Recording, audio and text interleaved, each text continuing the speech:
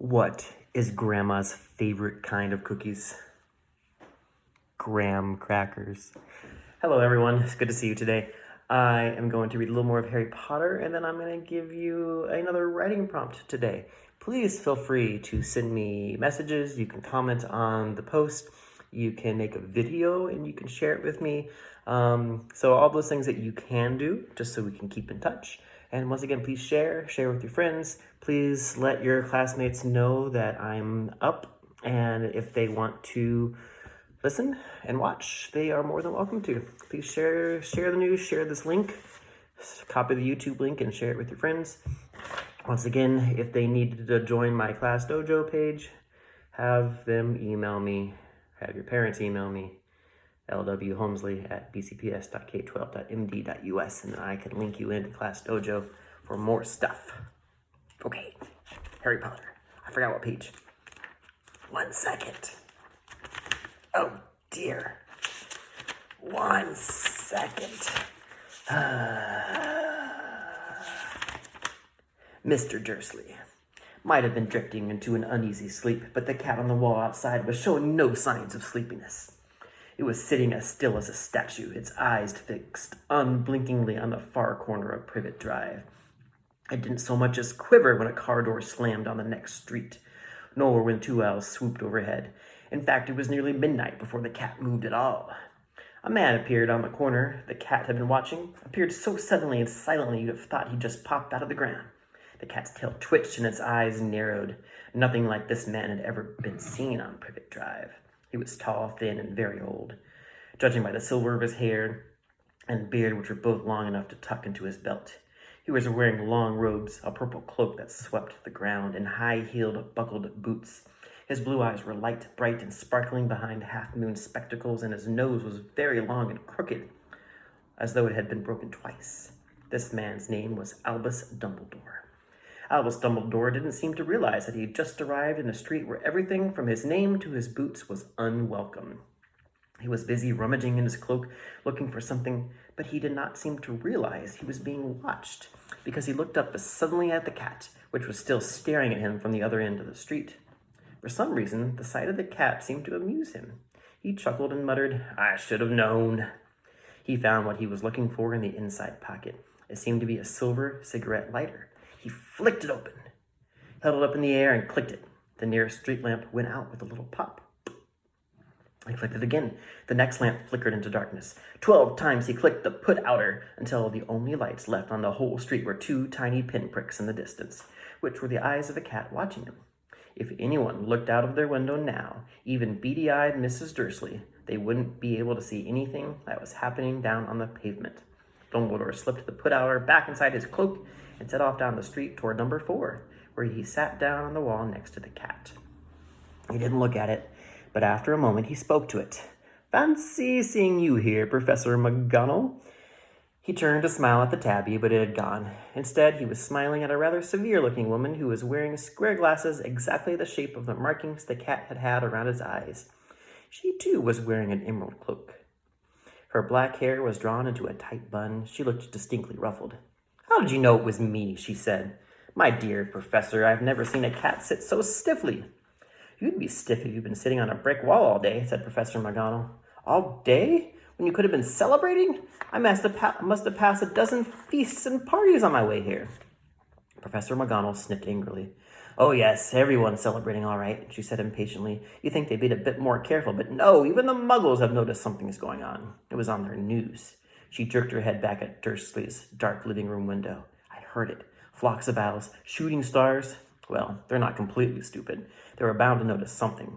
Shooting stars down in Kent. I'll bet that was Diddleless Diggle. He never had much sense." "You can't blame them," said Dumbledore gently. "We've had precious little to celebrate for 11 years. "I know that," said Professor McGonagall irritably. "But that's no reason to lose our heads. People are being downright careless. Out on the streets in broad daylight, not even dressed in muggle clothes, swapping rumors."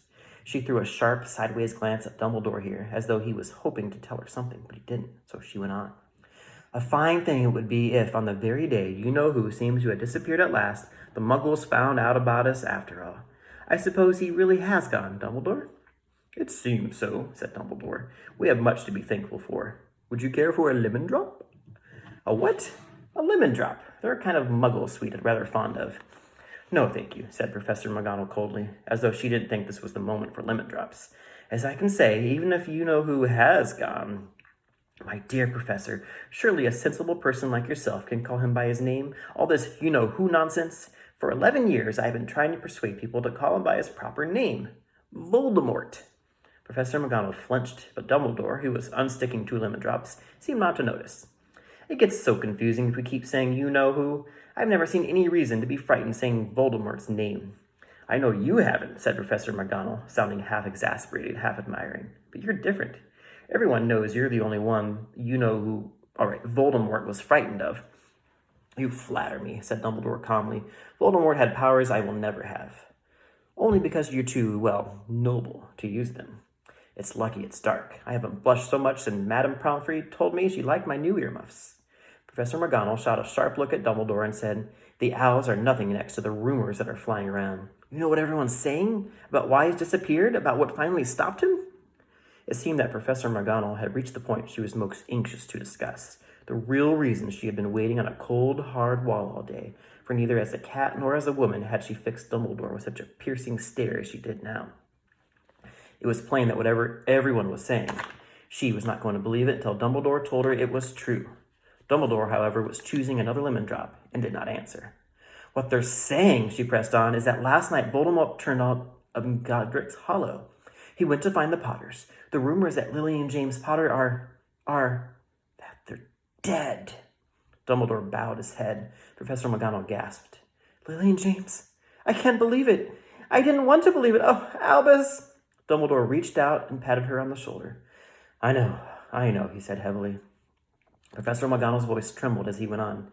That's not all. They're saying he tried to kill the Potter's son, Harry. But he couldn't. He couldn't kill that little boy. No one knows why or how, but they're saying that when he couldn't kill Harry Potter, Voldemort's power somehow broke. That's why he's gone. Dumbledore nodded glumly. It's true, faltered Professor McGonagall. After all he's done, all the people he's killed, he couldn't kill a little boy? It's just astounding. All the things to stop him. But how in the name of heaven did Harry survive? We can only guess, said Dumbledore. We may never know. So remember yesterday we talked about the Dursleys and the grouchy Uncle Dursley, and we did some cool visualizations. So if you have any cool visualizations you want to share with me, you can do so. You can draw some pictures and attach it or send me a message, put it on Google Docs, take a picture of it, send it on Class Dojo. So that's why I should do Class Dojo, I'm just telling you. Good chance to do that. My writing prompt for today is this. The evil Mr. Dursley. Well, he's not evil, I guess. He's just angry. So I know in 6th grade we talked a lot about point of view. First person, second person, third person. And in other grades we talked about that as well. Point of view also is like, what is your perspective? What is the feeling? So if I were to say, what is my point of view of this coronavirus stuff? Point of view is, man, it stinks. So I don't like it. My point of view is, I don't like it. I hate it. I hate what's going on. This is silly. The virus is silly. So if I were to ask, what is Uncle Dursley here? What's his point of view of Harry Potter and why? What is Dursley's point of view of Harry Potter? It's third person point of view. Well, yeah, the story is third person point of view. But what is his feelings? Point of view is your feelings. So what is his feelings toward Harry Potter and why? And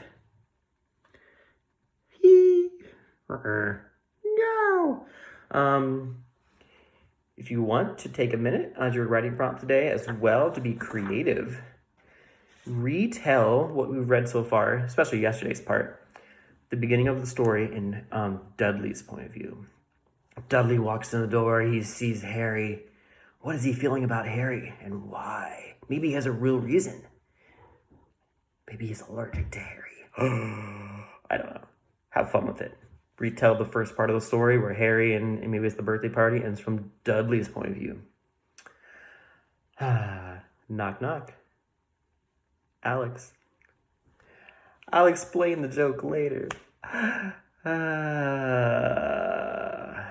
Why was the mustard embarrassed? It saw the salad dressing. Salad dressing? Did you like your karate class? I hope you got a real kick out of it. Okay, guys. It's enough for me for today. I'm trying to make them a little bit shorter because yesterday's video took 30 minutes to upload. Crazy, crazy, crazy. Anything else you want to talk about? Message me. Shout outs to Patricia. Shout outs to Sanaya Larkins for doing some writing prompts already. I love it. I want to shout you out tomorrow. If you want some shout outs, I'll shout out right at the beginning of the video tomorrow, and you'll be on my video shout out. Send me some pictures, send me a writing prompt, anything. Talk to you guys later.